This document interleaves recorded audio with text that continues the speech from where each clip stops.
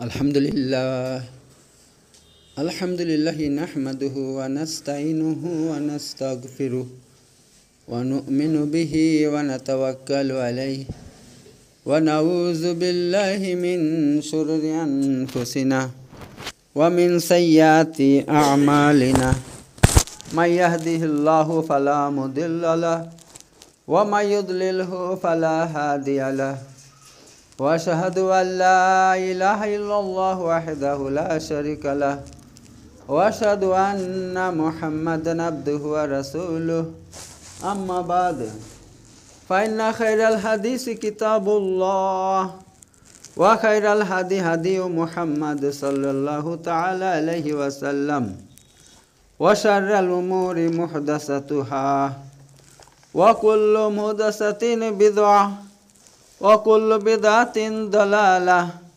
वकुल्लु दलालतिन फिन्नार क़ाल अल्लाहु तबारक तआला फ़ी कलामिहिल मजीद वल फ़ुरक़ानिल हमीद यौम यक़ूमुर रूहु वल मलाइकतु सफ़्फ़ा ला यतकल्लमूना इल्ला मन अज़िना लहुर रहमानु व क़ाला सवाबा ज़ालिकल यौमुल हक़्क़ फमन शाअ इत्तखज़ इला रब्बिही मआबा।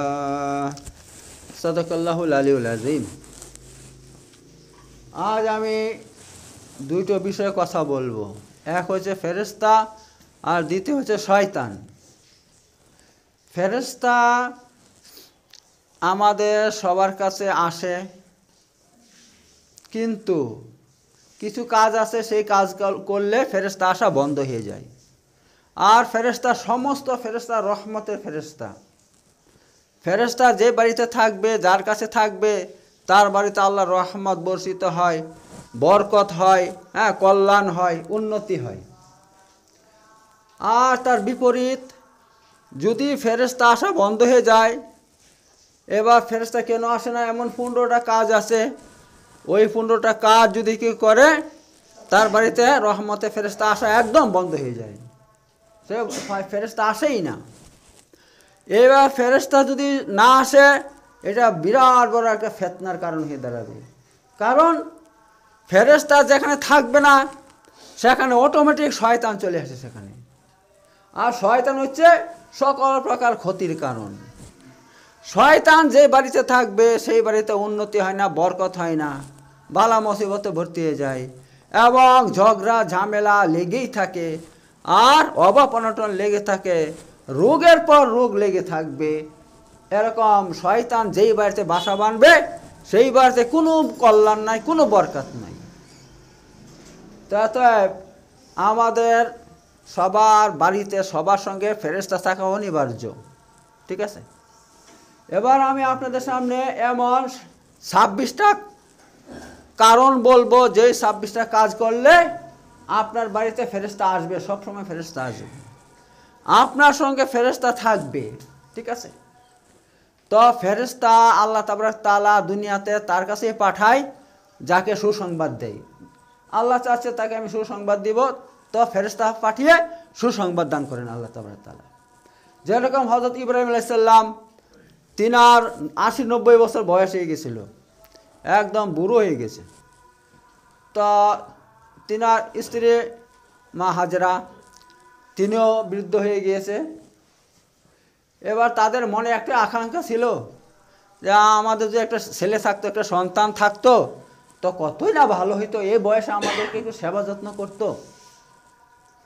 যখন এই আকাঙ্ক্ষা মনে মনে করেছে, আল্লাহ তাবারক তাআলা তো অন্তর্যামী, অন্তরের সমস্ত কথা তিনি জেনে যান। ওয়াইন তাজহার ফাইন্নাহু ইয়ালামুস সিররা, আল্লাহ কোরআনের মধ্যে বলছেন সূরা তাহাতে, তুমি যদি জোরে জোরে কথা বলো সে তো আল্লাহ শুনতে পায়। ওয়া হুয়া ইয়ালামুস সিররা, এমনকি তিনি তোমার অন্তরের মধ্যে যেই কথা উদয় হচ্ছে তুমি মুখ দিয়ে প্রকাশ করো না, আল্লাহ সেটাও জেনে যায়। আল্লাহ সে কত জানে। তাহলে ইব্রাহিম আলাইহিস সালাম এবং তার স্ত্রী যায় এভাবে মনে মনে আফসোস করে বলছে, এই বয়সে একটা ছেলে হইলে কত ভালো হইতো, সেটা কি আল্লাহ শুনতে পাননি? অবশ্যই শুনতে পেয়েছেন। তখন আল্লাহ তাবারক তাআলা একদল ফেরেশতা পাঠিয়ে দিয়েছেন তিনার বাড়িতে। ফেরেশতারা মানুষ আকারে এসেছে, মানুষের রূপ ধরে এসেছে। যখন এসেছে তিনার বাড়িতে, তিনি খুব মেহমান প্রিয় ছিলেন। যে কোনো মেহমান বাড়িতে এলে খুব আপ্যায়ন করতেন তিনাদেরকে। তো তিনি দেখছেন তিনার বাড়িতে মেহমান আসে, অনেকগুলো মেহমান এসেছে, তিনি কী করলেন, একটা মানে ছাগল না একটা এরকম বাছুর জবাই করেছিল, করে সেটা ভুনা করছে, করে তাদের সামনে পেশ করছে। তো তারা কি করছে, সেটা মানে খাচ্ছেও না, হাতও লাগাচ্ছে না। তখন বলছে, কী ব্যাপার, আপনারা কিছু খাচ্ছেন না, কিছু করছেন না, আমি আপনাদেরকে দিলাম জিনিসটা। তো তারা বলছে, দেখুন আমরা মানুষ নই, আমরা আল্লাহর পক্ষ থেকে এসেছি, আল্লাহ পাঠিয়েছে আপনার বাড়িতে মেহমান, তা আমরা মানুষ নই, আমরা ফেরেশতা। তখন এই কথা বলছে, তাই? বলছে হ্যাঁ। তো আপনারা কী উদ্দেশ্যে এসেছেন? বলছে আজকে সুসংবাদ নিয়ে এসেছি। কী সুসংবাদ? যে আল্লাহ তাবারক তাআলা আপনার পেটের মধ্যে ইসমাইল আলাইহিস সালাম নামে একটা সন্তান দান করবেন। তিনার স্ত্রী পিছন থেকে এই কথা শুনে ফেলছে, শুনে বলছে, আচ্ছা এটা কী করে সম্ভব, আমরা তো দুজন আমরা বৃদ্ধ হয়ে গেছি, আমরা 80-90 বছর বয়স হয়ে গেছে, এই বয়সের সন্তান কী করে হবে? বলছে আল্লাহ চাইলে সব কিছু হয়, এটা আল্লাহর কাছে কোনো ব্যাপার না, আল্লাহ তাআলা দিবেন, ওয়াদা করছেন, তা আমাদেরকে পাঠিয়ে দিয়েছে, গিয়ে যাও ওদের সুসংবাদ দিয়ে আসো। আলহামদুলিল্লাহ কিছুদিন পরেই তাদের কী হলো, ইসমাইল আলাইহিস সালাম তিনাদের মধ্যে এসেছেন। ঠিক আছে? তো এইভাবে ফেরেশতার মাধ্যমে আল্লাহ তাবারক তাআলা কী করেন, মানুষকে সুসংবাদ দান করেন। আবার আল্লাহ তাআলা ফেরেশতা পাঠিয়ে কী করেন, দুনিয়ার মধ্যে আযাব গজব নাজিল করেন, আযাব গজব নাজিল করেন। শুধু তাই নয়, এই পৃথিবীর সব কিছুর উপরে আল্লাহ ফেরেশতা দিয়ে সব কিছু রক্ষা করেন। পাহাড়ের ফেরেশতা আলাদা, জমিনের ফেরেশতা আলাদা। এই দেখেন আকাশের মধ্যে মেঘ চলছে, মেঘ বেশি বেশি চলছে, তাতেও ফেরেশতা নিযুক্ত আছে। কারণ কোন মেঘে মালাকে কোন দেশে নিয়ে যেতে হবে, কোন রাজ্যে নিয়ে যেতে হবে, সেটা আল্লাহর হুকুম দেয়, আল্লাহ তাদেরকে সেদিকে নিয়ে যায়। মেঘমালা ওইদিকে আল্লাহ তাআলা হুকুমে ফেরেশতারা নিয়ে যায়। ঠিক আছে? আবার আল্লাহ যেখানে বলেন সে যে অমুক জায়গায় পানি বর্ষণ করতে হবে, ওই ফেরেশতারা ওই পানি ওই মেঘমালা সেদিকে নিয়ে সেটা বর্ষণ করে। তো ভাই, মানুষের জীবনে ফেরেশতাদের বিরাট একটা ভূমিকা। ফেরেশতা মানুষের জন্য বিরাট একটা কল্যাণকর। ঠিক আছে? ফেরেশতা আর শয়তান মানুষের জন্য একটা অভিশাপ। শয়তান মানুষের জীবনে অভিশাপ, আর ফেরেশতা মানুষের জন্য কল্যাণকর। ঠিক আছে? এত যেইখানে ফেরেশতা থাকবে সেখানে শয়তান থাকতে পারে না, আর যেখানে আপনার ফেরেশতা নেই সেখানে শয়তান এসে অটোমেটিক সে জায়গা দখল করে নেয়, আর সেখানে আমার উৎপাত শুরু হয়ে যায়। ঠিক আছে? এবার আমি একটা হাদিস বলি, রাসূলুল্লাহ সাল্লাল্লাহু আলাইহি ওয়াসাল্লাম বলছেন যে আল্লাহ তাবারক তাআলা যখন কাউকে ভালোবাসেন তখন তিনি হযরত জিবরাইল আলাইহিস সালামকে ডাকেন, ডেকে বলেন, হে জিবরাইল, এই পৃথিবীর মধ্যে অমুকের ছেলে অমুককে আমি ভালোবাসি, এত তুমিও তাকে ভালোবাসো। তখন জিবরাইল আলাইহিস সালাম কী করে, তাকে ভালোবাসতে শুরু করে। এবার জিবরাইল আলাইহিস সালাম কী করে, আরও যত আকাশে ফেরেশতা আছে সবাইকে এলান করে দেয়, এই জমিনে অমুকের ছেলে অমুককে আল্লাহ তাআলা ভালোবাসে, আমিও ভালোবাসি, তোমরাও ভালোবাসো। তো তারাও ভালোবাসতে লাগে। ঠিক আছে? সমস্ত আকাশের ফেরেশতা তাকে ভালোবাসতে লাগে। তখন জমিনের মধ্যে কিন্তু সব সময় আকাশ থেকে ফেরেশতা নাজিল হয়। ওই ফেরেশতা পৃথিবীতে নেমে পৃথিবীতে যে ফেরেশতা আছে তাদেরকে বলে দেয় যে আল্লাহ তাবারক তাআলা অমুকের ছেলে অমুককে ভালোবাসে, তা আমরা ভালোবাসি, তোমরা ভালোবাসো। তখন তারা ভালোবাসতে শুরু করে। শুধু তাই নয়, পৃথিবীর সমস্ত মানুষের অন্তরে ফেরেশতারা ওই ব্যক্তির ভালোবাসা ঢেলে দেয়। ফলে অটোমেটিকভাবে মানুষের অন্তরে তার মহব্বত তৈরি হয়, তাকে সবাই ভালোবাসে, তাকে সবাই ভালোবাসতে লাগে। তার উল্টো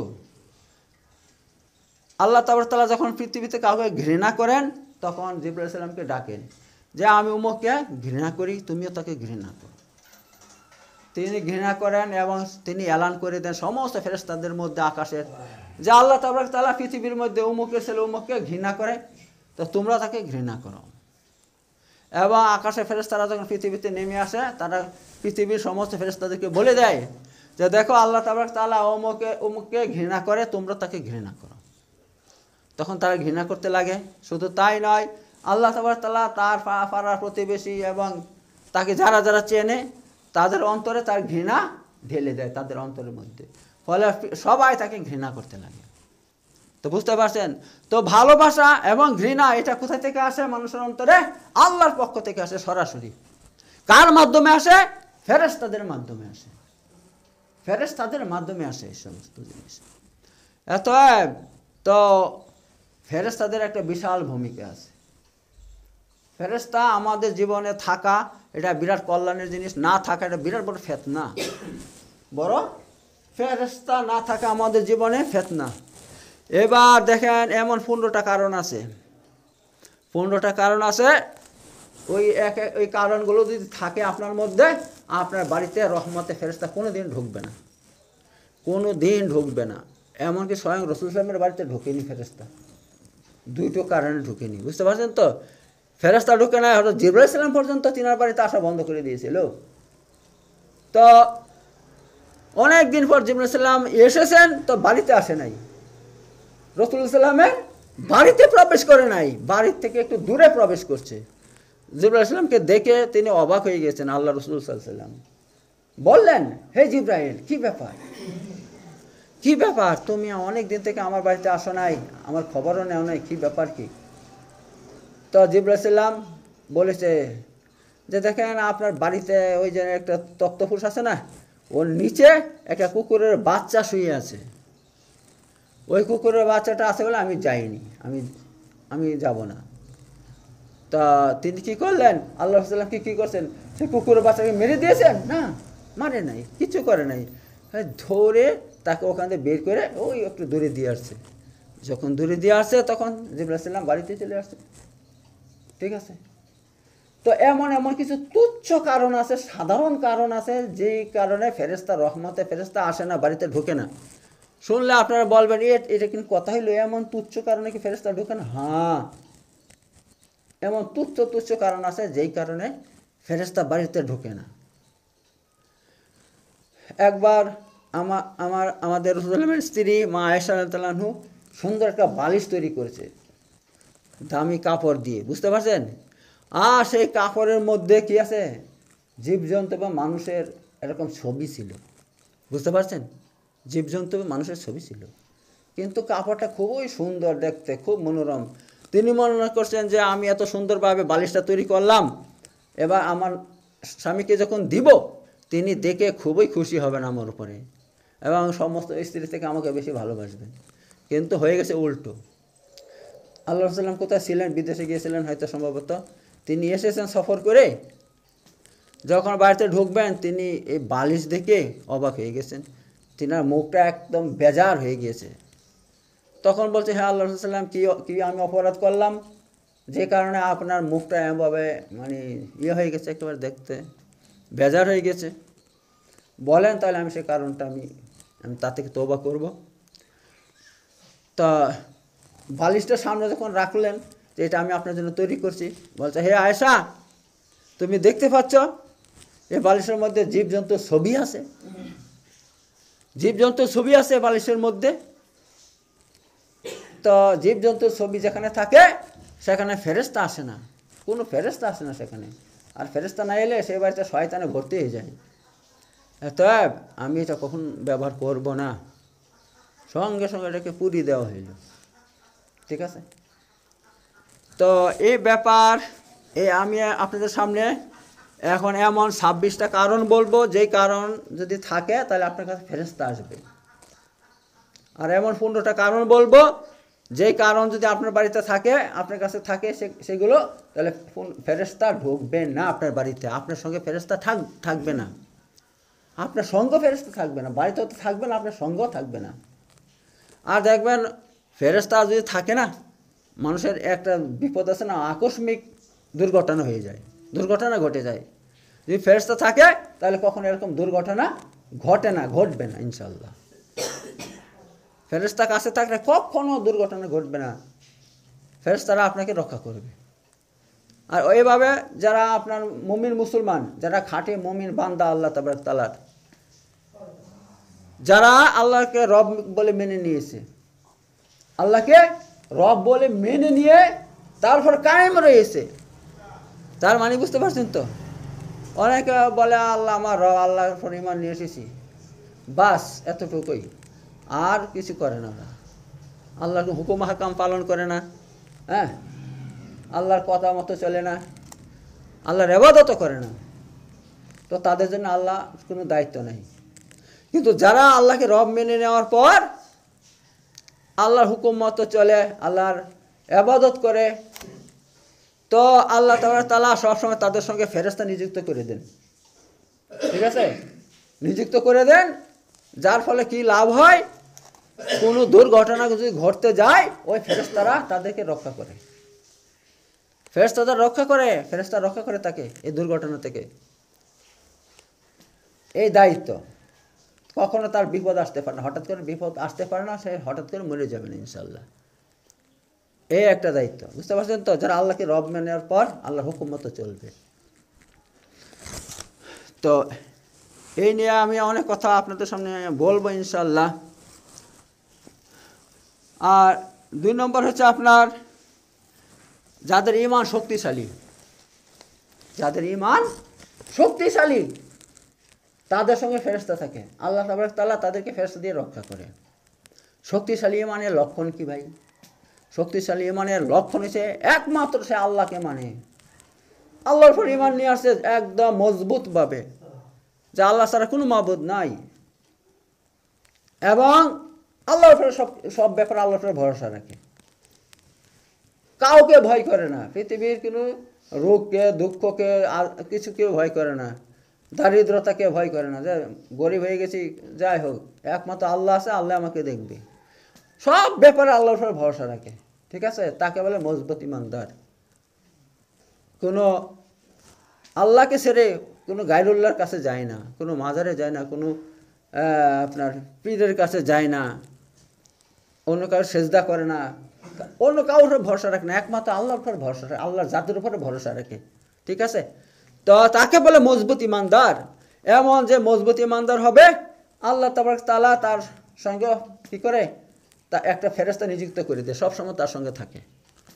আর সেই ফেরেশতা কী করে জানেন, সব সময় তার অন্তরে ভালো কথা উদয় করে দেয়, ভালো কথা, ভালো খেয়াল তৈরি করে মনের মধ্যে, বুঝতে পারছেন? আরেকটা কথা বলি, মানুষ যখন জন্মগ্রহণ করে সঙ্গে সঙ্গে আল্লাহ তাআলা একটা শয়তান তার নিযুক্ত করে দেয়, তার সঙ্গে নিযুক্ত করে দেয়। ঠিক আছে, আর সেই শয়তান কি করবে, সব সময় তার মনের মধ্যে খারাপ খেয়াল তৈরি করে, তার মধ্যে সব সময় ভয় তৈরি করে, তার মধ্যে সব সময় সংকীর্ণতা তৈরি করে, সব সময় মানে কি করে খাবো, কি করে আমার কি হবে না হবে, হ্যাঁ, মানে সব কাজের মধ্যেই তাকে আমি ভয় ধরিয়ে দেই, সব কাজের মধ্যে যেদিকে যাবে সেদিকে ভয় ধরিয়ে দেয়। কোনো কাজ করতে গেলে ভয় ধরিয়ে দেয় যে কি আমি কাজটা করতে পারবো কি পারবো না, কিন্তু ব্যবসা করতে যাবে সেখানেও ভয় ধরিয়ে দেয়, তাই তো তুই এই ব্যবসা নতুন করতে যাচ্ছিস, তোর দ্বারা হবে কি হবে না, হ্যাঁ, এরকমভাবে তাকে মানে একদম হবলেস করে দেয় একেবারে। ওই শয়তানের কাজে, শয়তানটা তার সঙ্গে থাকে, সব কাজের মধ্যে তাকে খালি না না না না করবে, যে তোর দ্বারা এটা হবে না, তুই পারবি না, এই করবি না, সেই করতে পারবি না। ঠিক আছে, যার ফলে অধিকাংশ মানুষ কি করে, হ্যাঁ, একদম চুপ করে বসে যায়, কিছুই তার দ্বারা কিছু হয় না। এটা কিসের কারণে হয় ভাই? ওই শয়তানের কারণে হয়। শয়তান তাকে সব দিক থেকে তাকে এভাবে মানে ভয় দেখায়। তার উল্টো কি, ফেরেশতা, যদি তার কাছে ফেরেশতা থাকে, ফেরেশতা তাকে ভরসা দেয়, যা তুই করতে পারবি, যা, হ্যাঁ, তোর দ্বারা হবে, কোনো চিন্তা করবি না, আল্লাহ আছে, আল্লাহ তাকে সাহায্য করবে, হ্যাঁ, কোনো ভয় করবি না, কাজটা শুরু কর, এই কর সেই কর। এভাবে ফেরেশতা তার মনের মধ্যে সবসময় মানে সুন্দর খেয়াল তৈরি করে তার মনের মধ্যে, আর ভয় দূর করে দেয় তার, যার ফলে সে কী করে, একদম ডার্সে সেই কাজটা করলে সেই কাজটা আল্লাহ, আর বাকি কাজ আল্লাহ করে নেয়।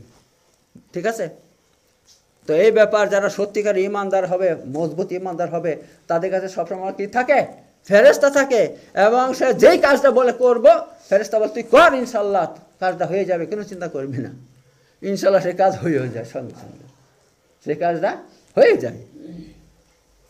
এই জন্য আলহামদুলিল্লাহ আমি কোনো ভয় করি না, কোনো ব্যাপারে আমি কোনো ভয় করি না, আল্লাহর উপর ভরসা করে যে কোনো রুগী আসুক, যত বড় রোগ হোক, যে কোনো সমস্যা হোক, আল্লাহ তো আমার সঙ্গে আছে, কাজ তো আল্লাহ করবে, আমি করবো নাকি, আমি ধরে ফেলি সে কাজটা, আল্লাহর উপর ভরসা করি, আর দেখি আলহামদুলিল্লাহ সেই কাজ হয়েও যায়, আলহামদুলিল্লাহ আল্লাহর হুকুমে সেই কাজ হয়ে যায়। যত কঠিন হোক। তো এটা শুধু এটা কিসের জন্য হয়? এটা কিছু আমল আছে, আমল করি আলহামদুলিল্লাহ, সেই আমলগুলো করলে সবসময় ফেরেশতা থাকে কাছে, শয়তান কাছে থাকে না। আর ফেরেশতারা বলে করো করো, ইনশাল্লাহ হবে, এটা হয়ে যাবে, ভরসা দেয়, ইনশাল্লাহ হয়ে যায়। তো এই ব্যাপার, যারা মজবুত ইমানদার হবে তাদের কাছে কি থাকে? সব সময় ফেরেশতা থাকে। এই হলো 2 নম্বর। 3 নম্বর হচ্ছে যে সমস্ত মুমিন বান্দারা সর্বকাজে আল্লাহর উপর ভরসা রাখে, সব কাজে আল্লাহর উপর ভরসা রাখে, হ্যাঁ, তো আল্লাহ তাআলা তাদের কাছে ফেরেশতা পাঠিয়ে দেয়, তাদের কাছে সবসময় ফেরেশতা থাকে। ফলে এমন ব্যক্তিকে আল্লাহ ভালোবাসে, ঠিক আছে। যারা আল্লাহর উপর ভরসা করবে, আল্লাহ বলছে ওমা ইয়াতাওয়াক্কাল আলাল্লাহ ফাহুয়া হাসবুহু, যে ব্যক্তি আল্লাহর উপর ভরসা করবে, যে কোনো কাজের ব্যাপারে আল্লাহর উপর ভরসা করবে, ফাহুয়া হাসবুহু, তার জন্য আল্লাহ যথেষ্ট, আল্লাহ যথেষ্ট। আল্লাহর উপর ভরসা করলে আল্লাহ তার দায়িত্ব নিয়ে নেয়, কাজ করার দায়িত্ব নিয়ে নেয়, আল্লাহ তার কাজ করে দেয়। আর সেই কাজগুলো কিন্তু আল্লাহ কিসের মাধ্যমে করান? ফেরেশতাদের মাধ্যমে করান। এতে যার ফলে যে ব্যক্তি আল্লাহর উপর ভরসা রাখবে তার কাছে সবসময় ফেরেশতা থাকে, ঠিক আছে, শয়তান থাকতে পারে না, ঠিক আছে। আর 4 নম্বর, যারা জিকির করবে, যারা জিকির করে তাদের কাছে সবসময় ফেরেশতা থাকে। আর জিকির করলে আরেকটা কি লাভ হয়? তার কাছে শয়তান আসতে পারে না। বলা হয়েছে, হাদিসের মধ্যে বলছে, রাসূলুল্লাহ সাল্লাল্লাহু আলাইহি ওয়াসাল্লাম বলছেন, যখন শয়তান কিন্তু সব সময় মানুষের পিছে লেগে থাকে, রাত দিন 24 ঘন্টা শয়তান কি করে? মশার মতো একটা সুর আছে তার, মশার মতো সুরটা তার প্রথমে নাক দিয়ে প্রবেশ করে, শয়তান নাক দিয়ে প্রবেশ করে চলে যায় কোথায়? মগজে চলে যায়। আর তার মস্তিষ্কের মধ্যে শয়তান কি করে? ওই সুরটা, মশার মতো সুরটা মস্তিষ্কে প্রবেশ করায়, ঠিক আছে। প্রবেশ করিয়ে কি করে? সব সময় কুমন্ত্রণা দেয়, খেয়াল তৈরি করে, সব সময় তাকে নার্ভাস করে দেয়, বিভিন্ন চিন্তা ঢুকিয়ে দেয়, বিভিন্নভাবে তাকে মানে টেনশনে ফেলে দেয় চারদিক থেকে, ঠিক আছে।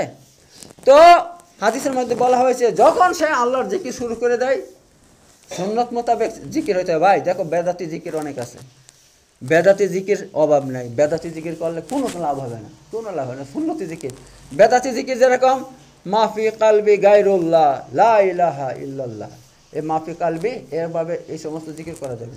আবার ইল্লাল্লাহ ইল্লাল্লাহ ইল্লাল্লাহ এই জিকির করা যাবে, এটা বেদাত। আসল জিকির কি?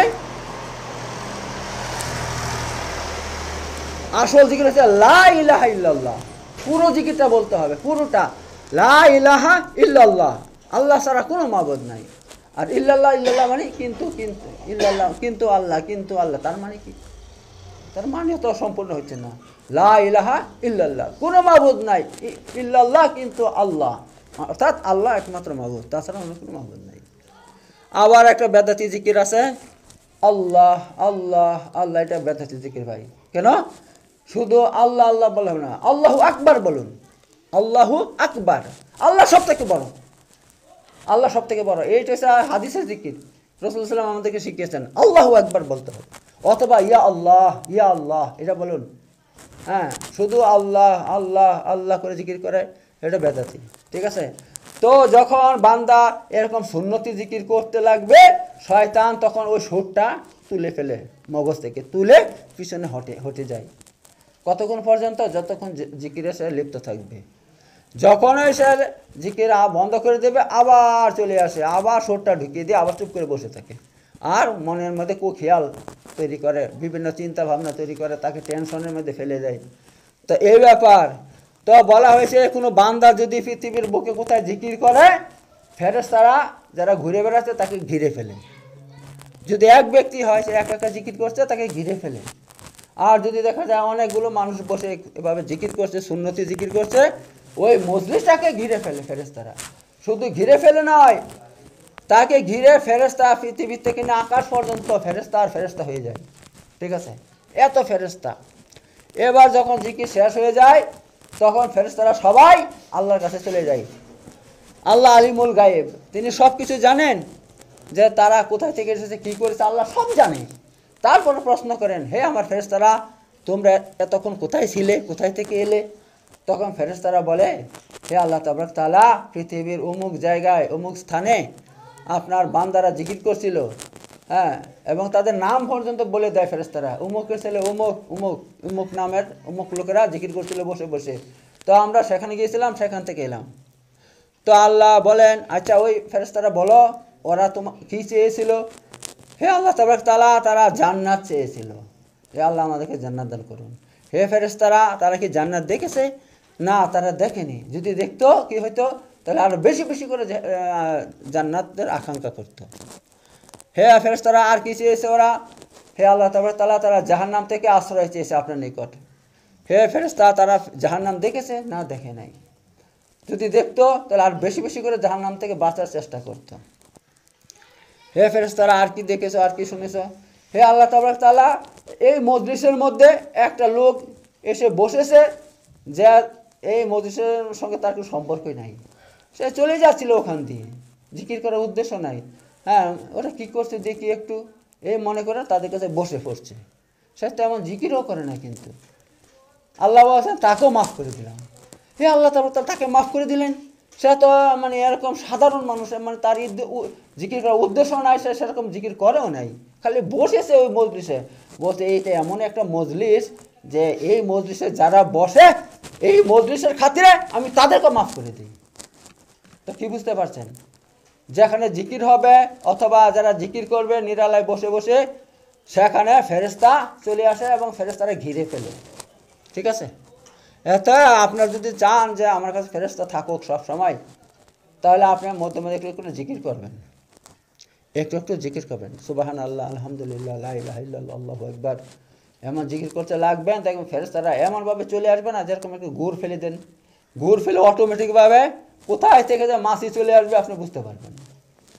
তো এমন একটু জিকির ফেলে দিবেন আপনি, ফেরেশতারা চলে আসবে, সঙ্গে সঙ্গে চলে আসবে। আর আপনি এই কাজটা কখন করবেন? যখন দেখবেন বিপদে পড়ে আছি আমি এমন এক জায়গায় এসেছি যে এখন আমার প্রচুর শত্রু আছে, আমার যে কোনো সময় আক্রমণ করবে, যে কোনো সময় আমার মানে অঘটন ঘটে যেতে পারে, তখন আপনি একটু জিকির করবেন। ঠিক আছে? জিকির করলেন, ফেরেশতা চলে এলো ইনশাআল্লাহ। আর ফেরেশতাদের দায়িত্ব কি? আপনাকে হেফাজত করা।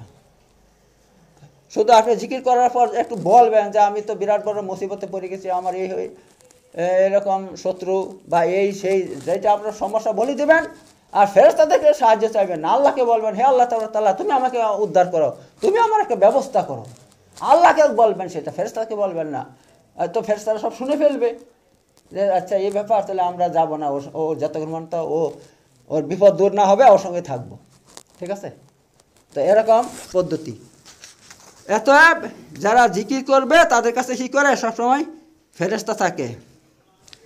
আর 5 নম্বর, যারা রাতে কোরআন পড়বে, যারা রাতে সবাই ঘুমিয়ে গেছে আর চুপে চুপে আস্তে আস্তে কোরআন পড়বে, কাউকে মানে জানানোর জন্য নয় যে মানুষ শুনুক, শুনে দেখো, মানে আমার নাম করুক, দেখো সে কি কোরআন পড়ছে, এরকম উদ্দেশ্য থাকলে হবে না। আপনার উদ্দেশ্য একমাত্র থাকবে আল্লাহ, যাতে শুনে আল্লাহ যেন খুশি থাকে। আল্লাহকে খুশি করার জন্য আপনার নির্জনে কোনো ঘরে বসে কোরআন পড়বেন, তখন সঙ্গে সঙ্গে ফেরেশতা চলে আসে, ফেরেশতা এসে আপনাকে ঘিরে ফেলবে। ঠিক আছে? তো আজকে কয়টা বললাম? 5টা বলছি, এরকম 26টা আছে। তো একটা শুক্রবার হবে না, কমসে কম 5টা শুক্রবার লাগবে এই ফেরেশতাদের আলোচনা শেষ করতে। আধা ঘন্টা হয়ে গেছে, আমি এখন শেষ করছি। বারাকাল্লাহু লাকুম ফিল আযীম ওয়া নাফা'নাকুম বিযিকরিল হাকীম ইন্নাহু তাআলা জাওয়াদুন কারীমুন মালিকুন বারুর রাউফুর রাহিম।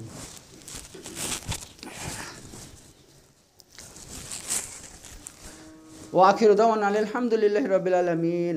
ইন্নাল্লাহা ইয়া'মুরু বিল আদলি ওয়াল ইহসান ওয়া ইতাযিল কুরবা ওয়া ইয়ানহা আনিল ফাহশাই ওয়াল মুনকারি ওয়াল বাগি ইয়া'iযুকুম লা'আল্লাকুম তাযাক্কারুন। উযকুরুল আযীম ইয়াযকুরুকুম ওয়াশকুরু আলা নি'আমিহি ওয়া যিকরুল্লাহি আকবার ওয়াল্লাহু ইয়া'লামু মা তাসনাউন। সাদাকাল্লাহুল আলিয়্যুল আযীম।